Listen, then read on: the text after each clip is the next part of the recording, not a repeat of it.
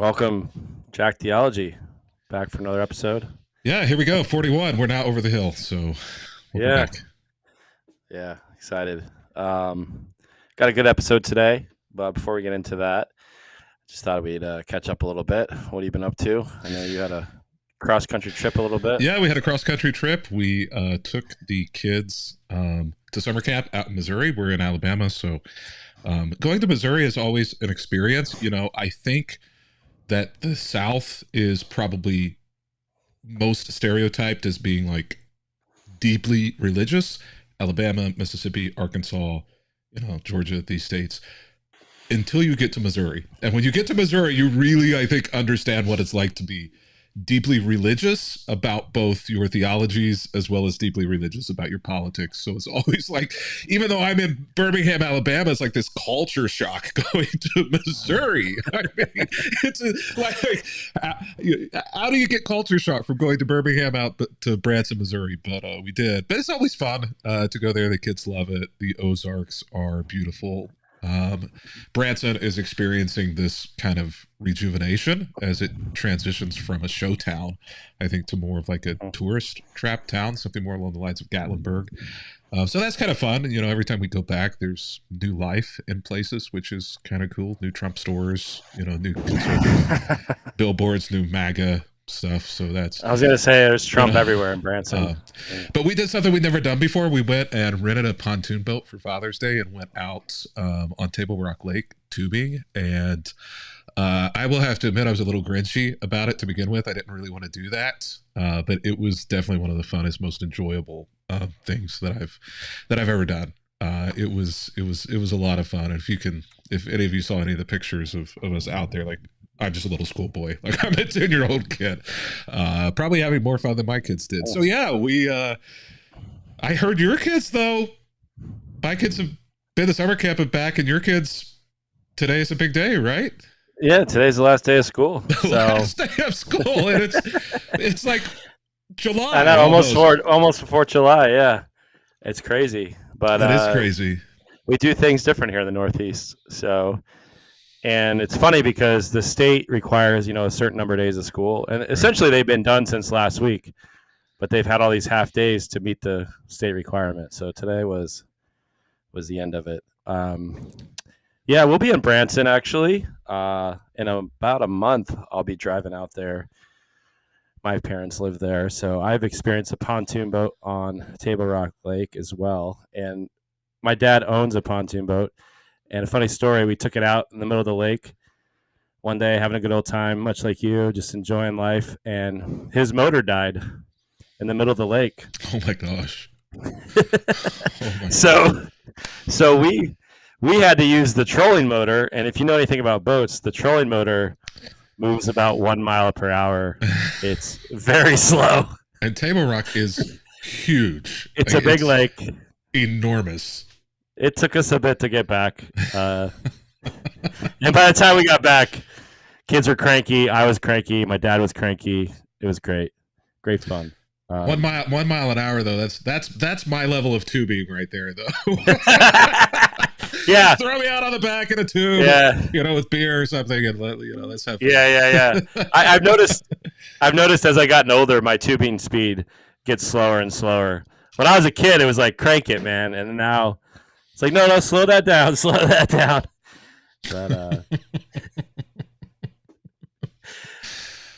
But who'd you trust to drive the boat while you were on the tube? I actually did not tube. I drove the entire time. I did not get on the tube. I am not stupid enough to let my family I was going to say be in control. I'm in the back on a tube. Yeah. But also I can't swim. I used to be able to swim as a kid. We didn't have swimming pools or never went to the lake or that kind of thing. Everybody else in my family is a phenomenal swimmer. But I just, I'm not afraid of getting in the water, but also, I've tubed before. I was like, I'm loving driving the boat, loving the experience of the kids having fun. I don't need to do that to enjoy today. And it was a great day. You don't need to risk it. You're right. Don't need to risk somebody taking out their aggressions on dad, back there on the tube. I can appreciate that. Cool. So join summer. I'm glad summer's finally here for us. Looking forward to some fun in the sun, as they say. So we just passed. You wouldn't experience this, but our schools had the day off for Juneteenth. That happened a few days ago, and wanted to talk about that. Newer holiday for us here in America. I Is think it is it new? I mean, because I don't know. Confession feels like I don't know that I ever even heard of Juneteenth until like 3 years ago, 4 years ago. Like it was almost like it came out of nowhere, but I don't think it did come out of nowhere. Maybe it did as I feel guilt, honesty, and shame. Like where was this? The more I hear about it, and I feel like I'm just now getting up to speed on what Juneteenth is, and it's polarizing, but it's important, not just I think to the African American population of the U.S. for understandable reasons, but it's important I think to us just as a U.S. holiday and reflection on the story of segregation and slavery and enslavement. I where did this come from? Like, has it been a holiday for a long time? Has it been celebrated? But fill me in. Uh, that's a great question. I can't call myself an expert, but what I do know is that the African American community, I think pockets of the African American community celebrated it, remembered it for years. And I have friends that celebrated it growing up, in their own way, and friends as I reconnected with recently as I've become more of an activist and anti-racism and that sort of thing have told me it's been a thing in their community, but it hasn't been at the popular level across the country until the George Floyd incident happened in May of 2020, and then that year it thrust the Black Lives Matter movement thrust that into the national conversation, and that was the first year I knew of it, and we participated as a church in it and did some things, and I believe that year one of the good things that Trump did as president is made that a national holiday in response to all of that. Well, way to go, Trump. So yeah, I guess maybe that's right. 4 years ago, COVID. I get that rings true. That probably was the first time that I'd heard of Juneteenth, and I feel like honestly, 2020 George Floyd, Black Lives Matter was the first time I ever really was confronted with, frankly, my own racism as well as the racism that is built into. And I know this is going to probably bristle some people's hairs on the back of their necks, but the racism that is built into the cultures and systems and religious contexts and educational contexts that I grew up in. It was baked in, and I used to say we couldn't see it, but now I'm more along the lines of saying we wouldn't see it. We intentionally insulated ourselves and created a narrative that said that it's bad for us to be aware of these things, to celebrate these things, and the people who want to talk about these things are trying to take something away from us. And so, we centered ourselves in that. And 2020, Black Lives Matter, George Floyd, Juneteenth, I think was my first realization that, well, shit, they may be right. Yeah. In some percentage on some level about white people, about the U.S., about systems, about racism that continues. And I didn't want to believe it until those 8-something minutes of George Floyd dying in front of us just wrecked me. Yeah, I think it caused a lot of us to confront this issue. I think that's probably one of the positive things, us confronting the issues, the positive things that came out of the pandemic, because we had nothing else to do but look at ourselves, and there was nothing going on. We're all quarantined, and we have to confront that reality of our own racism, our own prejudices. I like to think of myself as not racist, and then at that point I realized I've contributed a lot to racism in our society and systemic racism, and I had to do a process of repentance and Yeah. and just dealing with my own soul. And I'm still in that process.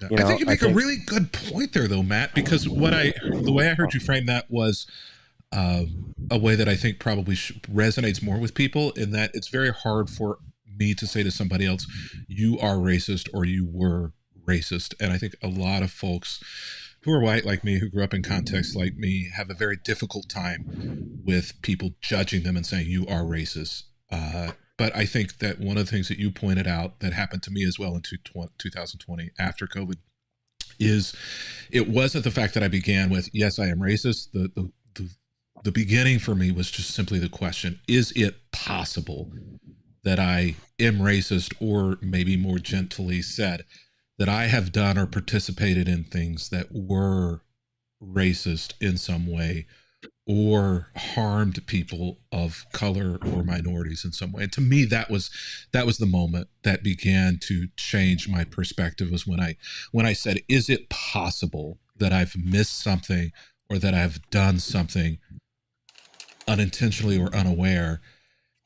And that allowed me to, I think, review my life through a different lens that wasn't so hurtful, that didn't bring up within me this kind of guttural defense mechanism. I kind of looked at myself on the offense rather than the defense.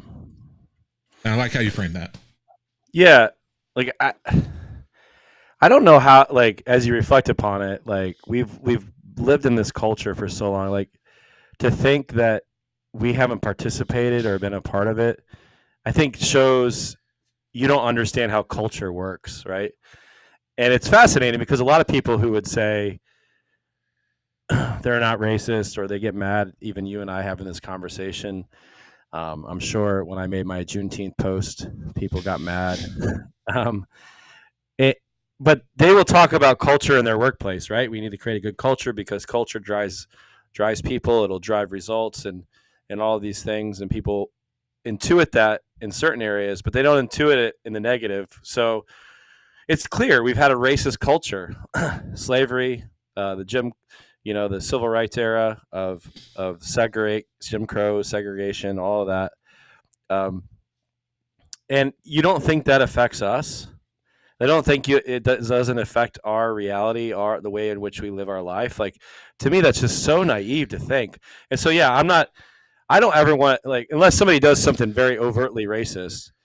Like, I don't think, like, I don't want to call you a racist, but like to not internalize and do self-reflection that you've been part of that culture and perpetuated it. I think you're being naive and you're just missing it. And there's nothing wrong with like just saying I used to do that and like learn and they call it being woke, but like moving forward moving forward a little bit in your life and maturity and realizing what has happened culturally and how you don't want this to happen again. There's countless stories from people of color of just being held down because of their color, and to just ignore them and say they're wrong. That's not happening to you. It's just, I don't know. It just reeks to high heaven. And so I think it's important we celebrate this day. And I know, talking with friends, they had a hard time celebrating the 4th of July because they weren't free, right? Our freedom on July 4th, 1776 wasn't about the African American community in America. It's about the white community. And so they never felt like, a lot of my friends never felt like they could celebrate 4th of July. In fact, one of my pastor friends who's African American, he posts every 4th of July and asks the African American community on social media if they're celebrating today. And many, like most years I read it, most people aren't not celebrating. And I think as Americans, American Christians, we need to recognize that reality and see and ask the question, why aren't they celebrating? Well, they're not celebrating because it's not truly their Freedom Day, which led to this Juneteenth. I think it gives that voice to especially the African American community that you are free, that your freedom matters in America, that you are important, just as important as white America, who will celebrate a couple weeks later. And so to give a little history, for many, they may not know the history, which maybe if they've made it this far listening, good for you. and you want to know the history, because I think a lot of people get mad about the holiday because they don't really truly know the history. Because there was there was slave owners in Texas that were lying to the black culture, the African American culture there, and telling them that there was no emancipation and that they weren't allowed to go free for multiple years, 2 or 3 years after the Civil War. And finally, uh, some Union generals came over and basically, told these slave owners to get out of town and freed the slaves on June 19th, and a couple of years after the Civil War, and that's what led us to this date. So even the cause of the date was because of just racist landowners, slave owners in Texas, and so here we are, and I think it's right that we celebrate. I think the church should stand up and voice and join in the celebration. I think it's important that everyone feels valued and that they have their freedoms here in any culture, not just in America. So,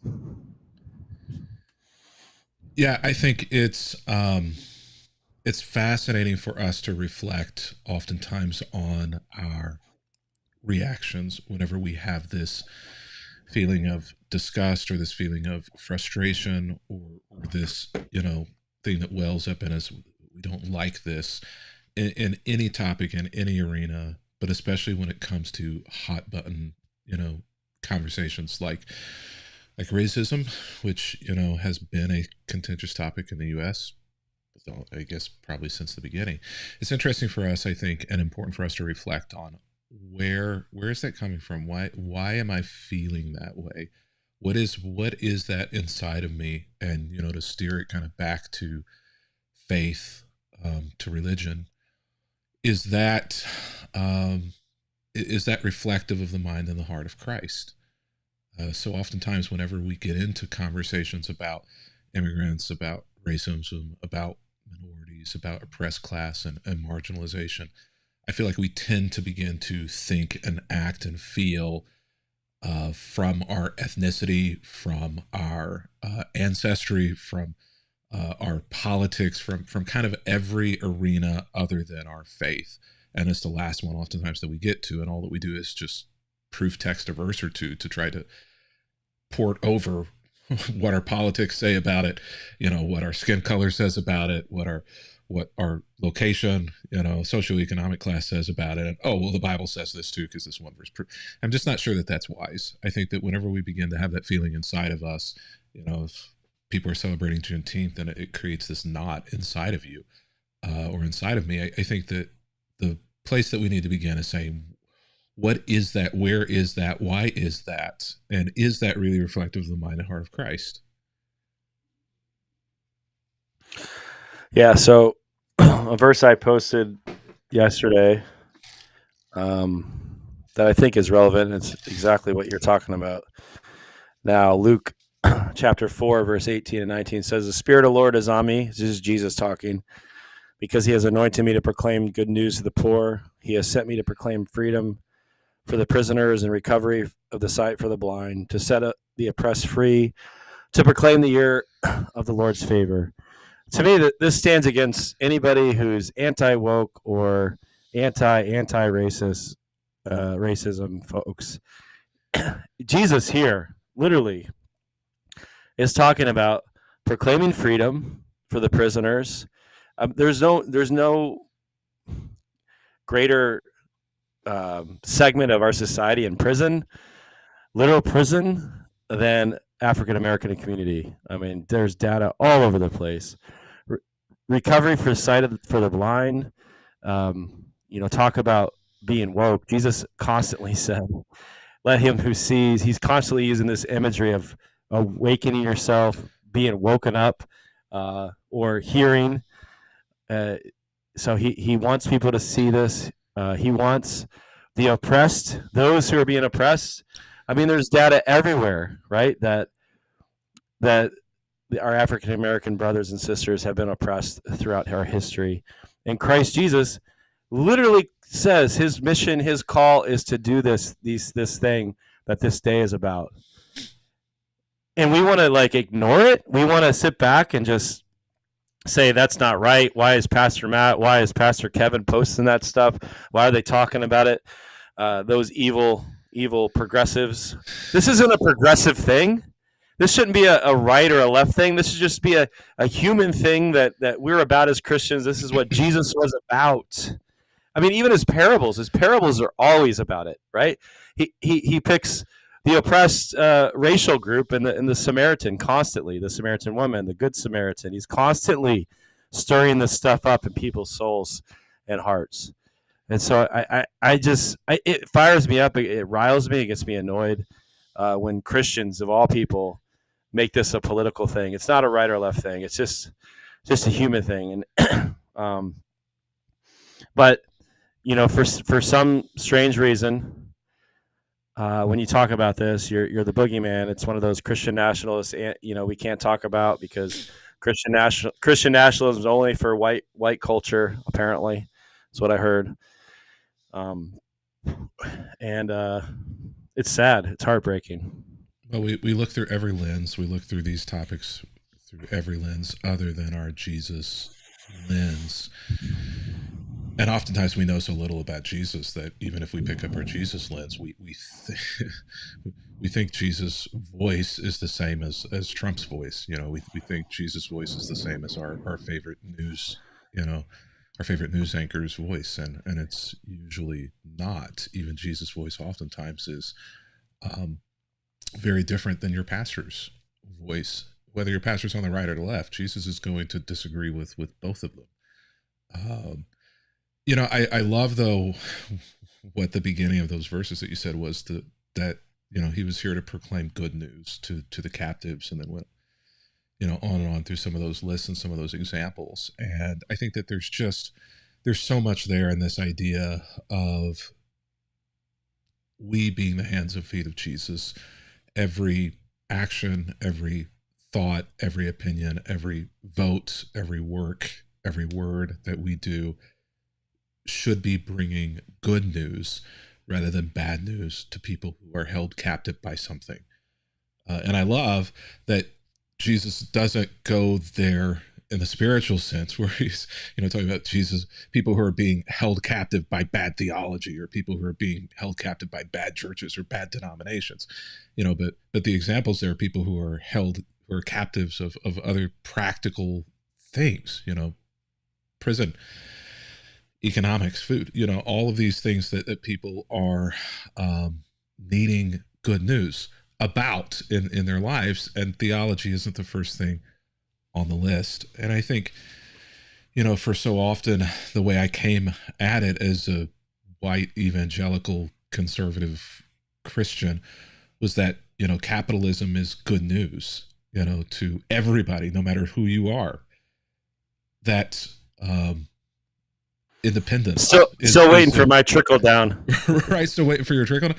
Right. He said, that all of these things, you should be happy to be here rather than Africa. This is good news for you that you and your ancestors had to go through slavery. This is good news. Shut up and stop celebrating Juneteenth. Go back to your country, immigrants, refugees, people who are trying to cross the border. This is the good news that we have for you, is that you should go home rather than come. And I think through the ways that oftentimes we as Christians treat people and look at people and vote on things, the way we view capitalism, the world, independence, our heavy-handedness oftentimes as a nation, internationally. And I just think this is not good news to these people. Well, how do you know that, Kevin? Well, because you actually begin to talk and listen to people who aren't like you, begin to talk to those who are marginalized, begin to have meals with those who are of different ethnicities and minorities, than you. And you realize that these things are not good news to everybody. Capitalism is not good news to everyone. The American justice system is not good news to everyone. Our incarceration and judicial system is not good news to everyone. And our responsibility is to find ways to bring good news to them. So doubling down on capitalism, doubling down on incarceration, doubling down on refusing immigrants and refugees, doubling down on these things is something that may be good news for the empire, but it's not good news for the kingdom of God. Yeah, it angers me. Because good news is supposed to be good news. Good news is not supposed to be, well, you have to change your culture. Right, exactly. You have to, You can't tell me what good news is, right? yeah.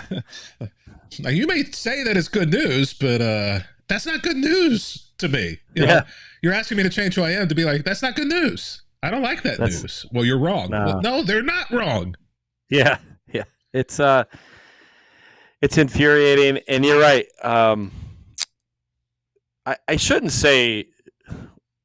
I should say that the nationalist is probably a better way to frame it, because even more that I read and listen, I don't even want to lump every Republican into that. I think I just want to say the nationalists, those that are pursuing Christian nationalism or nationalism, are very anti any color but white. Right? It's scary. It's very scary. So they try to distract you and make the boogeyman anything talking like we're talking now, to make fun of wokeness, to make fun of anti-racism, to make fun of Juneteenth, and to eliminate uh, anything other. So what, like you were going on about the immigration, I think is connected to this. I think, clearly, certainly, black communities is part of this. I've experienced it firsthand. It's happening on the ground in front of us. Like it's happening constantly. My daughter sneaking in. It's happening constantly in our midst, and I think it's something that we have to address and be aware of. And I think we need to be vigilant. We need to call it out. I would encourage you, and probably if you're still listening, you're probably we're preaching to the choir at this point, because if you don't agree with us, you've turned this off and you're not listening to it anymore. I would encourage you to stand up against racism. When you hear these little, they call them microaggressions, or you hear even macroaggressions towards a people group, to stand up and just, I would point them to Jesus, even point them to that verse that we read from Luke chapter 4, just saying, look, this is what we're supposed to be about as Christians. Like, it's not just about a political party or a political view. It's about Jesus and his view. And you might have some awkward conversations. I've been doing this more and more when I hear things, just saying, even asking the question, because a lot of it is microaggression. They're like, those people. I say something like, no, I don't know what you mean, those people. Explain that to me. Make it clear. And then eventually, we all know what they're talking about. And so, I'd encourage you to do that, to stand up, to start to change some of that conversation and culture where you can change it. I think to speak out like this is helpful. I think folks of color, at least what I've heard, and as I've had conversations, here's two white guys trying to tell you what to do, but is right. You need to be right. You need to be safe. Like, you need to be as safe as you possibly can present yourself to a non-white person, and that takes some introspection, that takes some repentance, that takes some unlearning, that takes some learning, right? Asking questions, learning from your friends and neighbors who aren't white, and diving deep. I think I don't want to take anything away from the importance of having an ongoing and continuing conversation about racism and the way that we continue to treat Black people here in the United States. But one of the things that has been helpful for me personally is to begin to recognize that, and you kind of pointed this out, is that this is not limited to one skin color. This is not limited to one topic or class of people. This is kind of an ongoing problem that is systemic among white people and is systemic, especially, to the point of this podcast, to evangelicalism and theologies, in that a lot of the same ways that we have historically treated Black African American individuals here, uh, we tend to do, as you said, for other oppressed and minority classes. So it may be easier for us to see this situation if we look at the LGBTQ community and the way they are treated and oppressed and marginalized and spoken of. It may be easier for us to see women the way that women, are treated and oppressed, and theologies and politics are utilized against them by people who are white supremacists or evangelicals. And as you begin to kind of look at the way we white people, the way we evangelicals treat and oppress and marginalize other folks, you see that okay, wow, this this isn't just about Black people. This isn't just about racism. This is really in the way in which we treat everybody who isn't like us in a lot of ways, or who threatens us in some way, either nationally or theologically. And then it becomes a little easier to say, okay, maybe I can see that we have a problem with the way we treat women. Maybe I'm wrong. Maybe there are other ways as well in which we do the same thing to other things, and I don't want to see those things. Yeah. I mean, I think you're hitting on the head.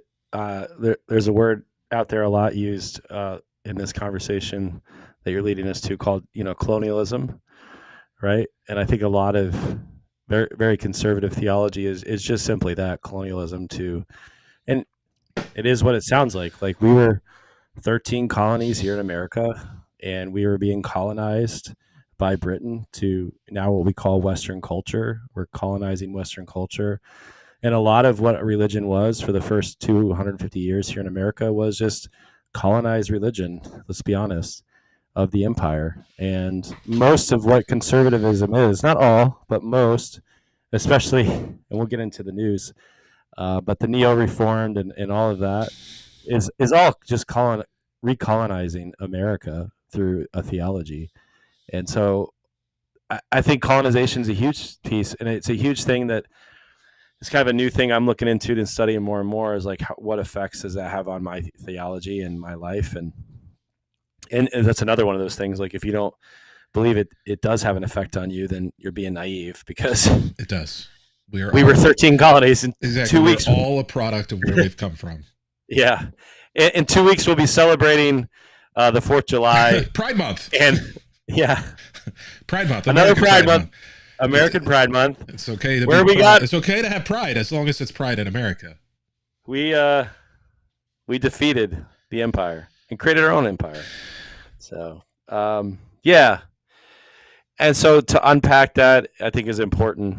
And when you start to do that, then you start to realize, is the only reason that we've kept women out of leadership roles in the church because of colonization? I'd say, yeah.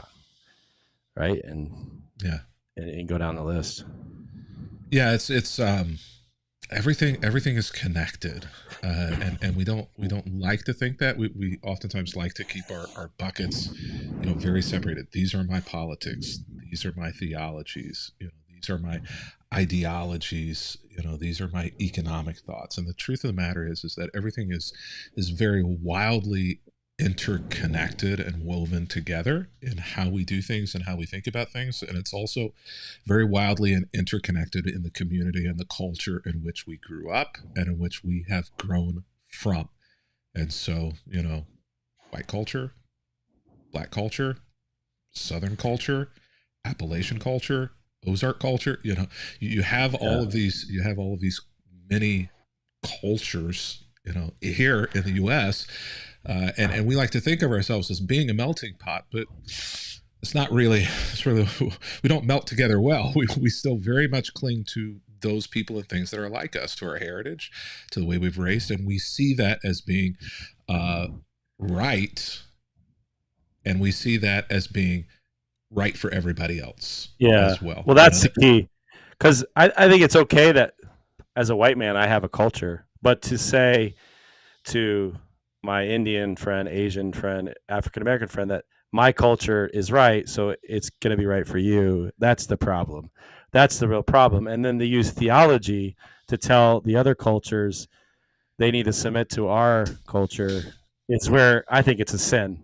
Yeah, I but and think, this is what nationalism does, right? yeah, yeah, Nationalism essentially says we were started as a white Christian culture everywhere in the U.S.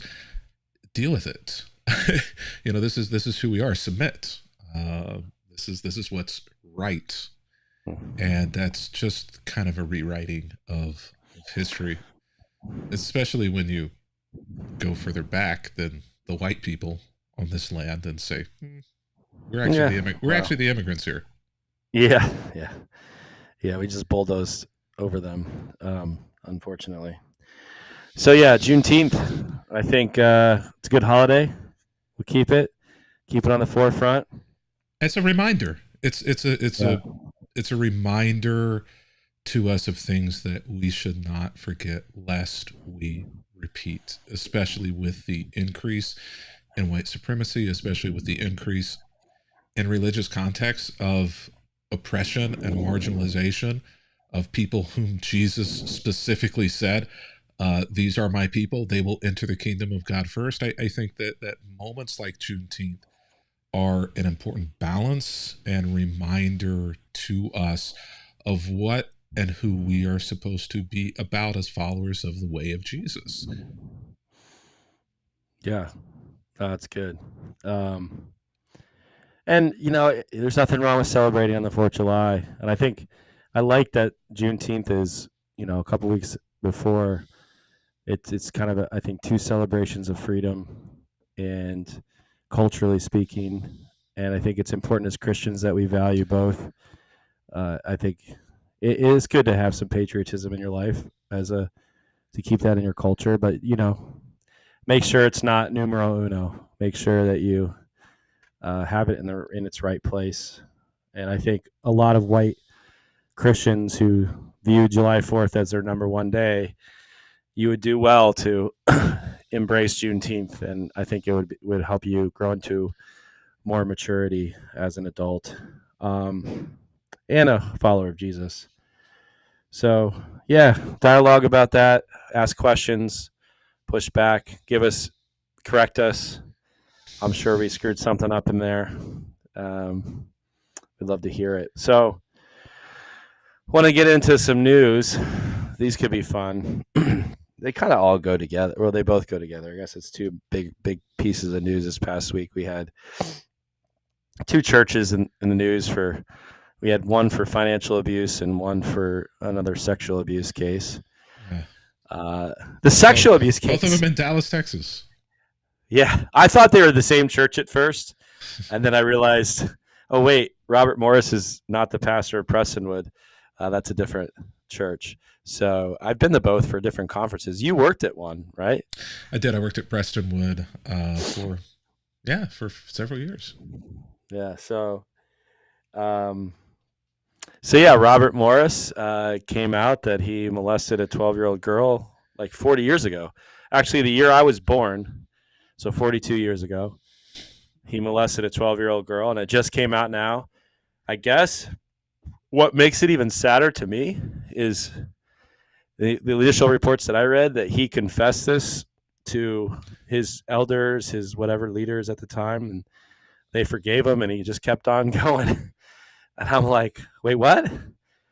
Like, I thought at first that this just came out, that the woman came out, and it just kind of found out now. But no, like they knew back then. He confessed it, and they just went on as if nothing happened. To me, that was jaw dropping, and I don't know how you go back that far and find those people that made that decision and have a conversation. But wow. Yeah, first thought is things were probably different back in the 70s, early 80s.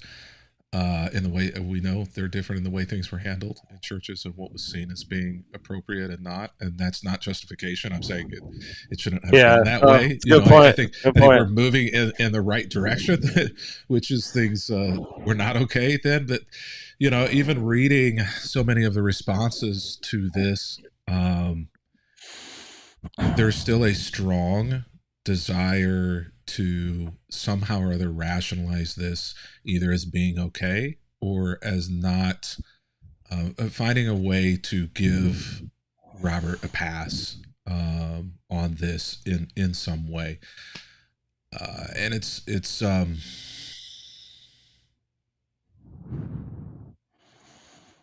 unconscionable. I mean, he was what, 20? The girl was 12. Yeah. No, it's pretty clear. At this point, the things that I'm reading, the church board is saying, we didn't know whenever we heard, about it, and whenever he talked about it, that it was a 12-year-old and he was 20. The woman who's come forward, who's now in her 50s or something, has come forward, and she said, no, I was very clear, what my age was when I talked to the board. And so, you begin to see in real time the mess and the chaos. And for me in these situations, frankly, what I watch for and what I pay attention to is who gets protected. How does the narrative play out from the organization and from the individual? And in these situations, oftentimes they see the entity, the church, as being not an organization but an organism. And the difference between organization and organism is they see the church as an individual, and so they begin to treat the church itself as being something that needs to be protected rather than the victim itself, because the church does so much good. The church has tens of thousands of people who come here every week. The ministry that this church does, even if Robert Morris isn't at the helm anymore, still has to be protected because of all of the people that have come and will come to Jesus. We don't want this to go down inside of the public, and so we've got to circle the wagons. We've got to PR this in such a way that does not hurt any more than is necessary the reputation of the individual church. And it becomes protecting the organization, the organism of the church at all costs. And that is always, in my mind, the wrong move. Yeah, we see this, like you said, over and over again. And I think that's probably why they let Robert stay as long as they did, because he was a big part of that organization. It's like, well, we'll ignore that because more good's happening because of his ministry and his work and his ability to speak to a crowd and draw a crowd. So we see this everywhere, right? Mark Driscoll, yeah. Bill Hybels, over and over and over again, churches continue to make bad decisions about keeping individuals around who are liabilities or who are doing things that should not be being done until everything falls apart and they can't. And at that point, it's keep the ship from sinking, and maybe the ship's to sink. Yeah, maybe it's time, in the words of Elsa from Frozen, to let it go. To let it go. There's another church right across the street who's very happy to accept these individuals. So then, with an unvarnished gospel. Yeah. There's a guy across the street who's taking advantage of this sexual abuse to try to grow his church. What in the world? None of those people. I say none of those people. Tens of thousands. There'll be a few, but those people aren't going to go to his church. No. They already looked at his church and said, "Hey, we ain't going there." And most of the people, I guarantee you, oftentimes during times like this, the greatest growth and the greatest giving happens after these people in these congregations circle the wagons in order to save the organism, to save the organization. And so they're not going across the street. A few people will, but they're going to see growth. They're going to see giving go up for a season, for a while. But this dude, oh my gosh, opportunism. Oh my gosh. Well, part of me is angry he posted that. And then part of me is like, I feel bad for him that he felt like, I know, and I've been in that situation where I know he's feeling the pressure to grow the church. He just, following his story, I'm friends with him on Facebook, known him a long time. We haven't been real close, but spent some time together. And I kind of followed his story, and he just took this big church in Texas, and he's a professor, I think, at at Southwestern there, the seminary. Yeah. And so he's feeling a lot of pressure Perform. to produce, yeah. Yeah. And it just came out of him. I don't think he probably intended it to come off that way, to come off like I'm taking advantage of this situation, but like he just saw an opportunity, took it, and it's a sick, toxic culture to produce like that. You get on their website, it's that classic, mega church feel, and it's like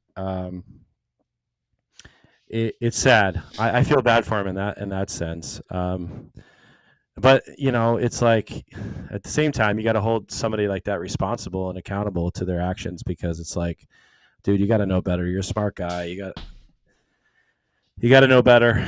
Yeah, dancing on somebody else's grave is never a good look. And I gotta admit, I have a tendency to do that a lot. Like, I delete tweets fairly regularly wherever I will come out and kind of dance on somebody's grave whenever something bad happens to them. And sometimes I'll leave it up if it's not so much dancing on the grave of the person as it is really trying to make a point about the context of the situation. But more often than not, I just end up having to delete that, because I'm like, I just don't want to be that guy. I don't want to be that guy that looks happy, or that tries to be a little opportunistic about the downfall of somebody else, no matter how much I loathe them, or no matter how bad they are. It's just not.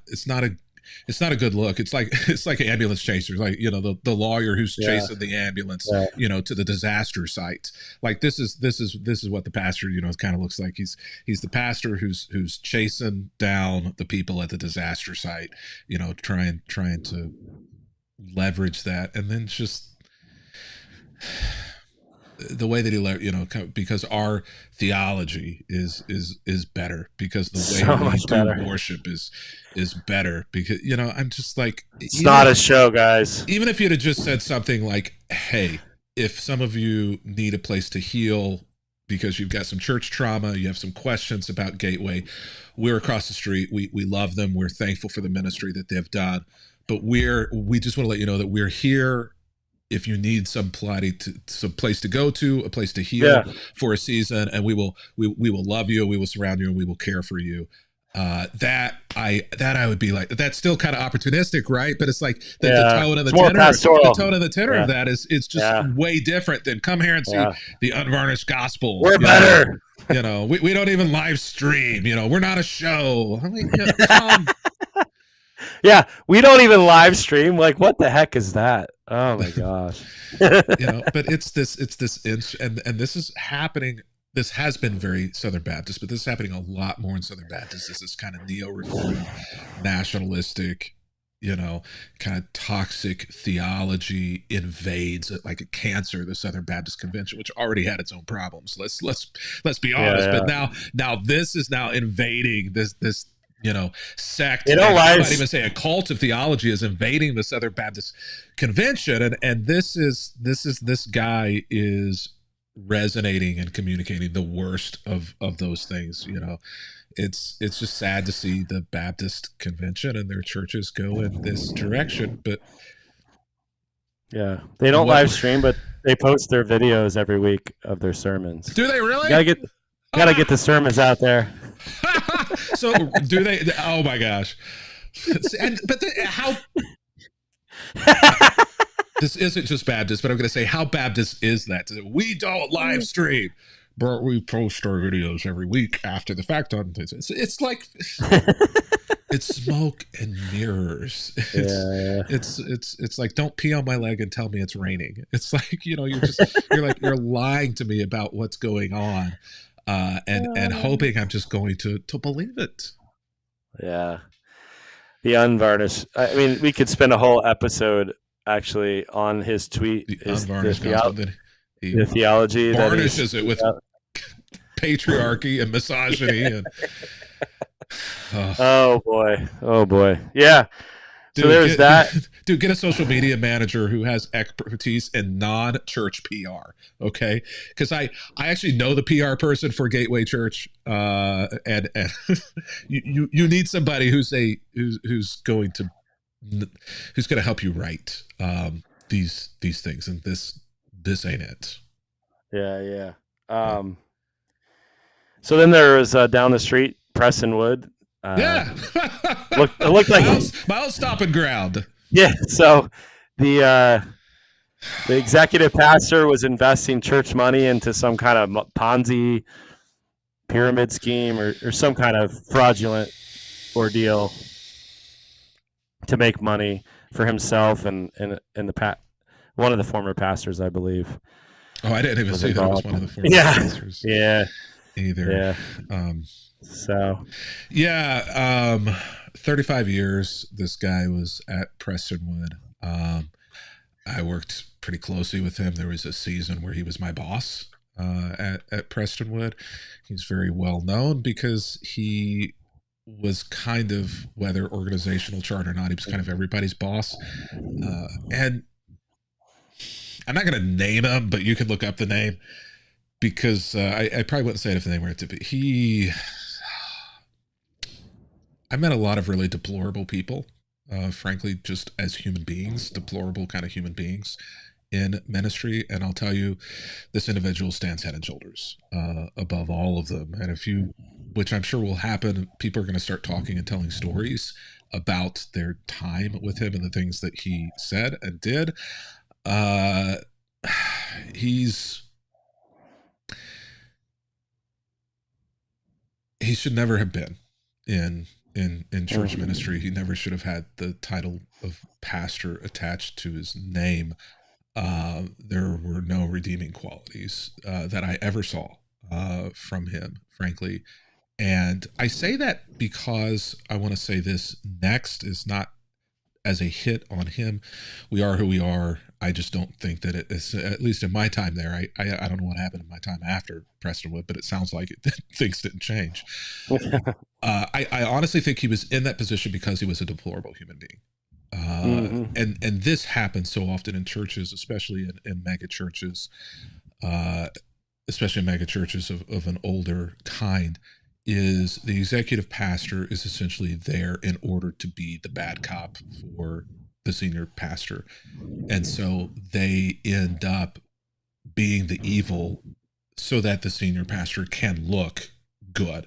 And this sadly happened a lot there. When you're behind the scenes, you see the senior pastor is actually directing most of the bad that the bad cop that the executive pastor, but it's there so the senior pastor can keep the blood off his hands.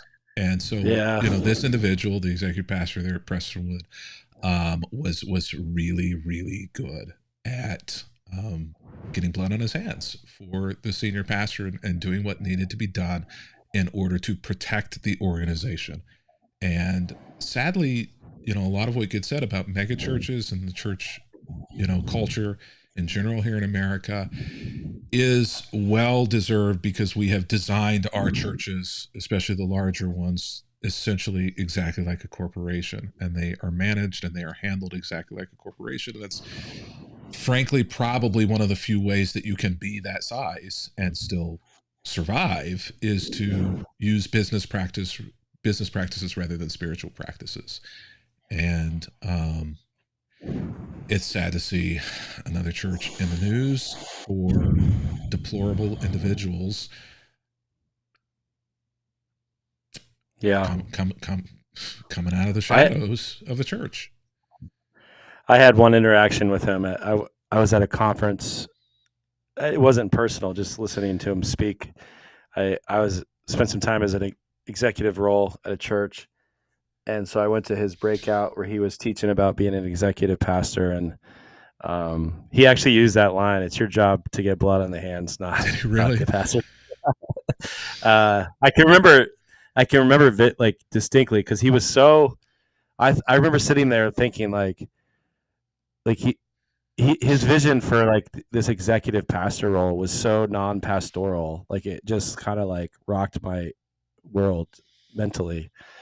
And I remember thinking like if that's what it takes to be a mega church, I don't know if I want that, as I was processing planting a church in the future. I was like, I don't know if I want that culture. So yeah. I don't think every executive pastor in every church or even in every mega church is that way. I've seen some really good ones over the years. He one of my favorite stories of it was he was in a staff session with us once, and there are better stories out there, but this one just kind of hit me. Um, he said, you know, he prays for adversity for his kids. Like every day he prays that they will get in car accidents. He prays that they will get harmed or hurt, because he wants them to be the type of people who are strong, who are able to handle adversity. So he prays for bad things to come into his kids' lives. And I was just like, What? oh, to God Wow. that I was not Yeah. born into your family. I know. I hope that God hears and rejects prayers, like, because Yeah. you're an Thank ass. Yeah, Like, thank God it's the Holy Spirit to intercede. He doesn't mean that. We're not going to do that. Oh oh, it's man. just Mike again. Good old Mike. Ha ha ha. Go back to your guillotine, Mike. Oh, good stuff. Good He would tell stuff. staff, "You're a dime a dozen. I replace you any moment," and he would. Yeah, I mean, I've met a lot of executive pastors like him, but you're right. There are some good ones out there. I know some as well. But At the state of yeah, the church, you know, you say you never want to see how the sausage is made. You know, you never want to see behind the scenes. And this is kind of true in ministry. There are difficult moments. There are difficult people. Everyone is human. You don't want to put people on pedestals and expect more or different or better out of them than you expect the average person. None of us are perfect. But I do think that there has to be, and the New Testament, I think, bears this out in what Paul says. There has to be some standard, and Paul gives his standard for his churches. And I think there has to be some standard of expectation for how we live and how we interact. And unfortunately, the American church, especially, you know, that was handed to us younger generation by boomers, was everything is acceptable as long as growth, you know, happens, as long as, you know, the doors stay open and people get fed. And I think that we're in a season in the church where we're beginning to see how the way that we have allowed the culture of the world to invade the leadership of the church and the way we run things and do things has really opened our eyes to the fact that we're not churches that are bent on shepherding and maturing people. We're just churches that by and large are businesses that are bent for the good of sustaining themselves. And when we begin to see the church maybe potentially through that lens of just being self-sustaining, and that's the primary goal, is to sustain itself, then we begin to see how these things begin to happen. With, how did you let uh, a child abuser, a sexual child abuser, remain in the platform for 40 years when you yeah, knew? You know, how did you let a guy who has a 35-year history of treating people like shit every day? Like, the stories are legendary, were well known. And he was loved for it. How do you let him stay for 35 years and get into Ponzi schemes and let him do what it, you know, because you got to a place where there was one priority, and the priority wasn't people, it was yeah. the organization. We compromise so much when the goal is financial sustainability. When the goal is really, when we say protect the organization, we're really saying protect the financial, you know, finances is what we're saying. And when you become about the finances, you compromise everything, all the way down to who's on staff and leading you, and what you do ministry wise is compromised. It's not about God's call or what you feel is right spiritually for the people. It's about what makes the money. I mean, Driscoll is famous for that, where he had these charts of what worked and what brought in the most money per hour. Like, he had it down to the minute for some. What was worth every minute was calculated at that church. I've seen the documents. It's crazy how anal they were about what brought money, what didn't. So you're making decisions purely based on that. Yeah, it's risk reward assessment, and pastors of any church of any size and boards of any church of any size do this, and I hear it all the time. Pastors say things like, "Well, I can't talk about that topic because people will leave or people will complain. No, I can't come out in any way, shape, or form in defense of LGBTQ because it's not even affirming. I just can't even say anything remotely positive, but because people will leave and I'll lose my job. You know, I can't support women who are in very difficult circumstances of abortion where it may actually be the only way for them because of these reasons, because it will be taken as I support it all the time no matter what. You know, people will lynch me. And I step away from that, and I say, okay, I get it to the extent, but at the end of the day, you have a call, you have a responsibility as a pastor. And if every pastor has that mindset, then no pastor is going to ever do anything other than risk reward assessment. And it's pastoral malpractice. We have got to get to the point where risk reward assessments are not what we're doing in church, in ministry, in leadership. We've got to see that we serve an audience of one, and that's God. And if churches can't handle that, or if we can't handle that, then maybe we don't need to be in those churches or in the corner office. Yeah, that's so true.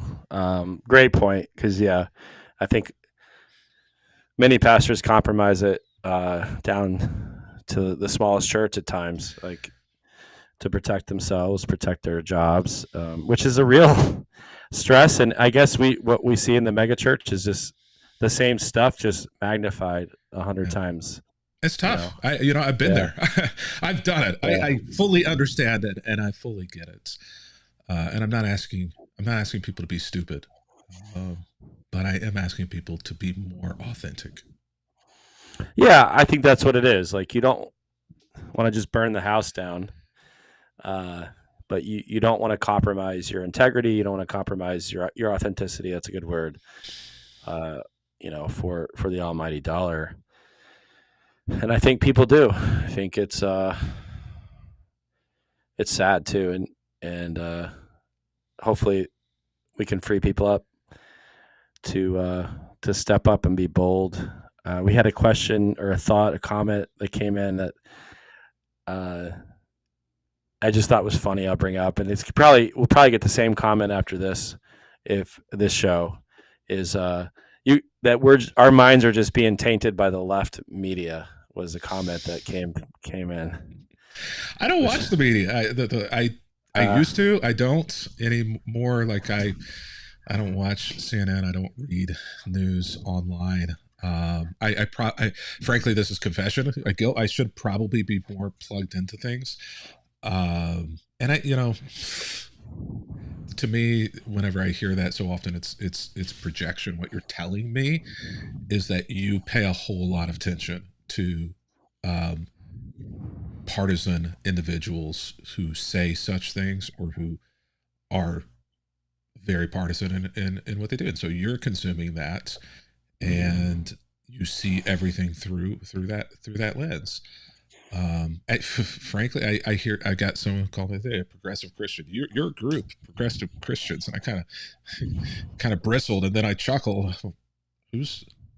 Who's progressive here? The progressives don't want me. Have you seen how progressive Christians treat and interact and respond to me? You're creating this fantasy world because you got to categorize me. So whatever, go ahead. I just I'm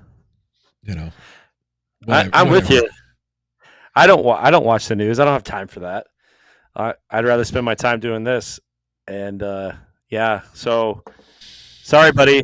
Our views are not influenced by the left. We just kind of read our Bibles and dialogue around Jesus, and we do see what is happening in the world, and we kind of apply Jesus to that. I don't watch talking heads anymore. I just think it's a waste of time, and they're not intelligent. That's kind of what drew me away from a lot of the talking heads when I did watch, is just like, they're not even smart anymore about what they say. So Yeah, no, it's all uh, it's all commentary rather than news. That's yeah. essentially mostly designed to get a reaction, out of me, to move me to some sort of action that can be controlled. And people talk about you leftists, all of your beliefs. I'm like, dude, I was more conservative, more fundamentalist than you will ever be for more than 4 decades of my life.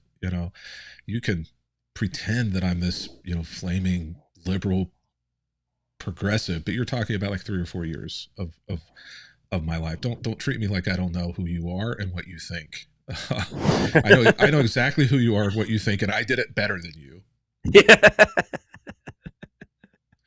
Yeah. Here, let me help you with your argument. You're forgetting this part. Occasionally I'll do that. I'll be like, okay, here, honest. In fact, I did this yesterday. Somebody posted this person came on and on my, like, every time they comment, they're posting a video of something, and I just finally got tired. I'm like, it said like, watch as we demolish, biblical contradictions. And I wrote back, and I'm like, I'm not going to watch any video that starts with demolish, that we're going to demolish something. Like, I'm just not going to do it. And then I said, this is Answers in Genesis. I'm like, I'm just telling you, if you post any more videos on my wall, I'm going to block you. I want to hear what you think, not what Answers in Genesis thinks. And to be honest with you, as a former strong ultra-conservative, even strong ultra-conservatives, now Answers in Genesis is a joke. And so I'm like, let me help you. If you're going to utilize content in order to support your theologies, I really want to encourage you to find reputable people within conservatism in order to support your thinking, because, bro, this ain't it. People on the progressive side and people on the conservative side are laughing at you. So, Yeah. so find some new influencers if you're going to be conservative. Like, just let me help you. I spent every summer growing up at the Creation Museum, so that was so I know it well. My parents are founding donors of the Noah's Ark. Are they still building the tower? Are they still building the Tower of Babel? Babel? Yeah, is that still on? I don't know. Yeah, I don't know. I'd have to ask my dad. He would probably know. I actually have to get going. My daughter has to go to a pool party. All right. So. We want to wrap it up or go to the after show? We can wrap it up. Wrap it up. Yeah, let's wrap it up. We'll talk about fitness next week. That'll give me one more week to get myself in order. Thanks for joining us here. Have a good week, y'all.